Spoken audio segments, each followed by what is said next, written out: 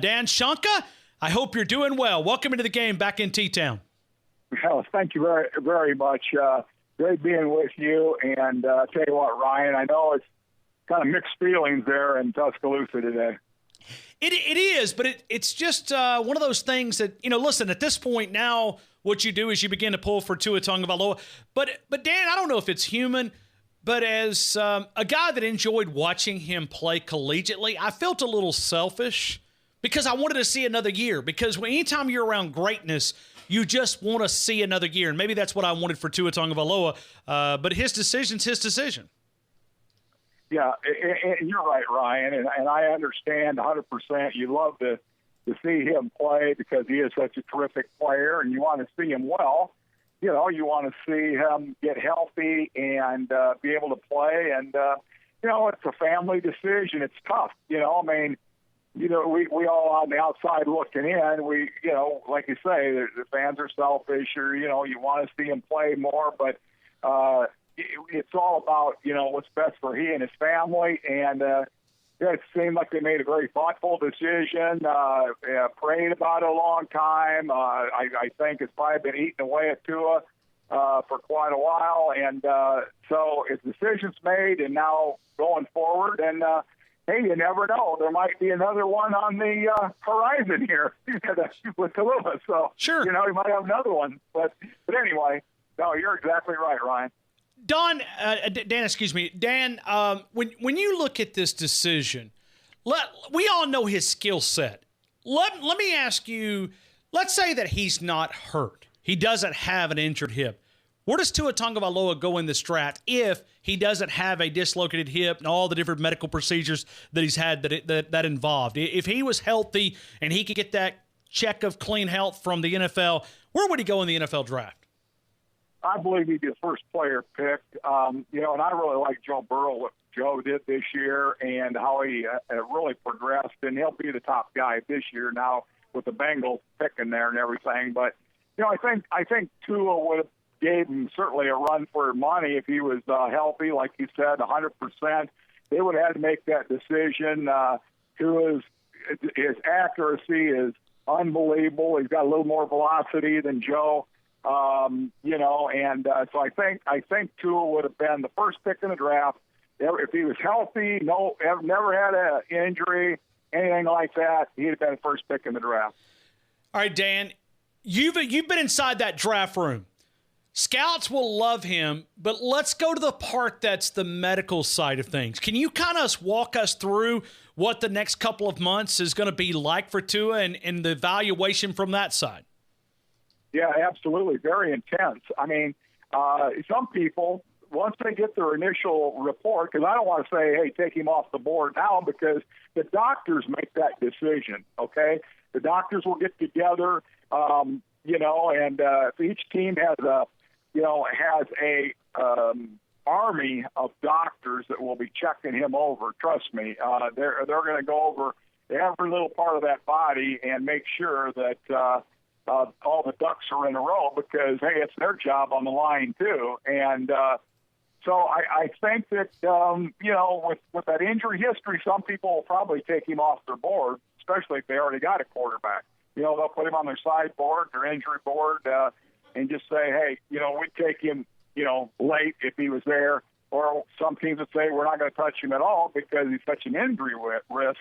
And other teams, you have general managers putting their jobs on the line. An owner's going to go, come in the meeting room and say, well, here's what the doctors say, here's what the trainers say. Now, what do you say? What say you? And, some guys are going to roll the dice and say, hey, let's take it and run with it.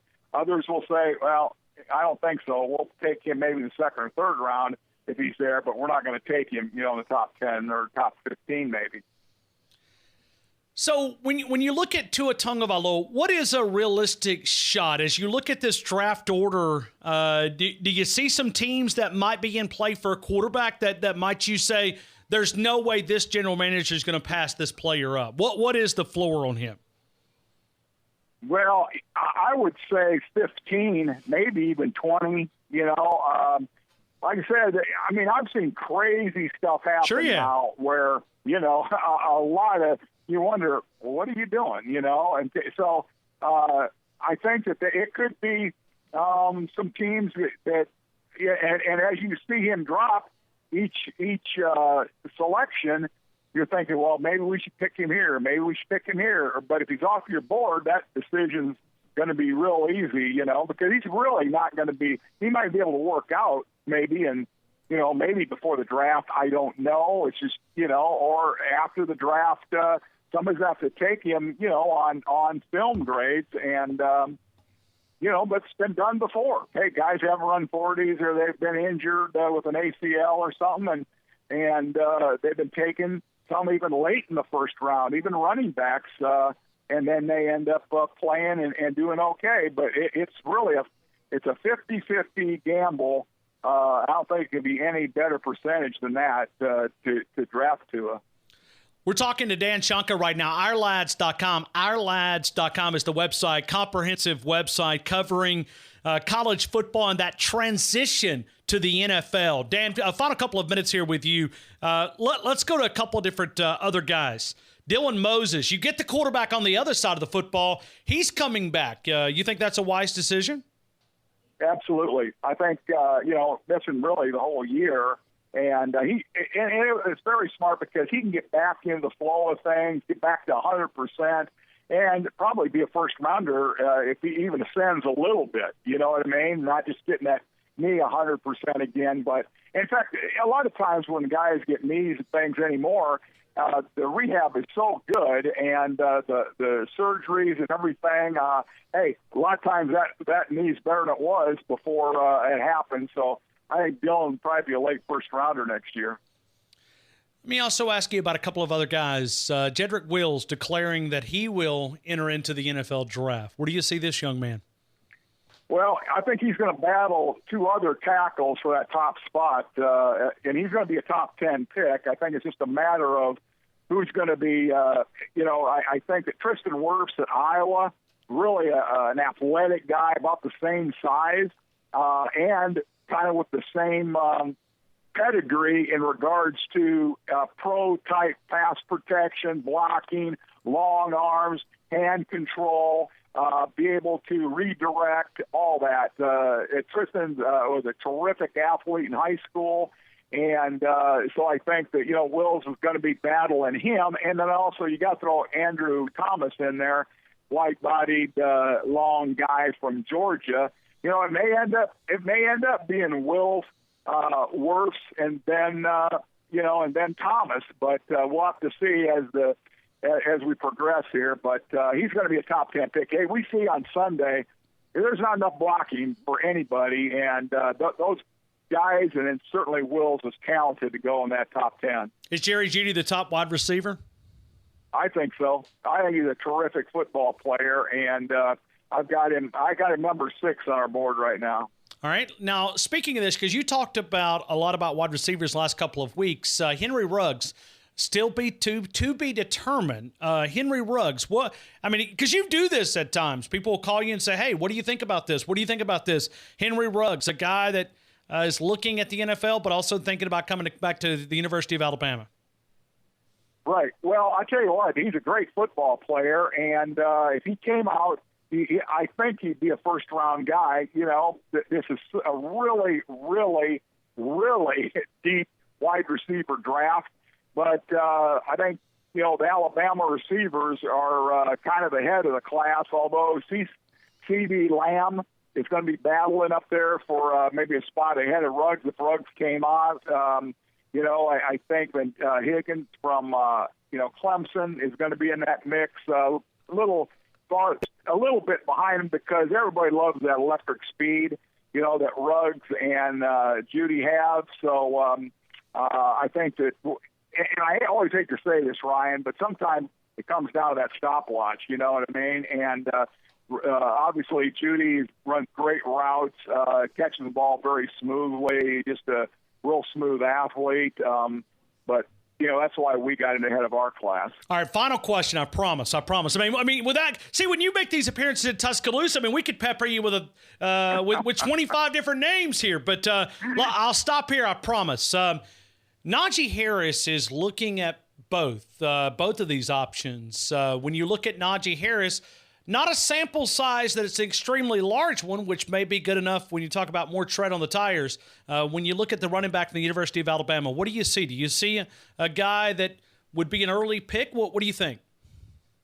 Well, I think he'll go in the second round. Okay. I don't think he'll be a first-round guy, but he is a terrific football player. And, I like all those Alabama backs that come out, and I know some of them don't – have a chance to play very early in the career. Then once they get a chance to play, I don't know what the coaches think sometimes, and it takes them a while to get them in there. But Harris, again, is a terrific running back that's full service. He knows how to block. He plays intense games. He plays with intensity. Catches the ball, runs hard between the tackles, got some juice to, turn the corner. So, I really like him too. But this year, again, you got all those other backs that, like ETN, that people love. Taylor probably going to go in the second round. We got J.K. Dobbs right now as our top running back. So, but there's some three pretty good. Well, Swift, I didn't mention DeAndre Swift. He's in that mix. And then, then you have to look at Harris.